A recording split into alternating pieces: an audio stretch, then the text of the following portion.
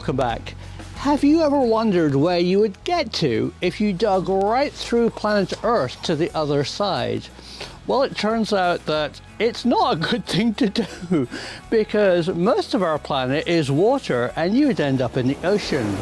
But there are a few places where you'd come out somewhere interesting. There is a website you can look at that shows you what's opposite you if you dug a deep enough hole. Look at this. Here in my town in France, you'd come out in the southern Pacific Ocean. In London, you would also get very wet. But in Honolulu, you would come out in Botswana. But these two kids have taken it a step further. And what they've done is made the world's biggest sandwich.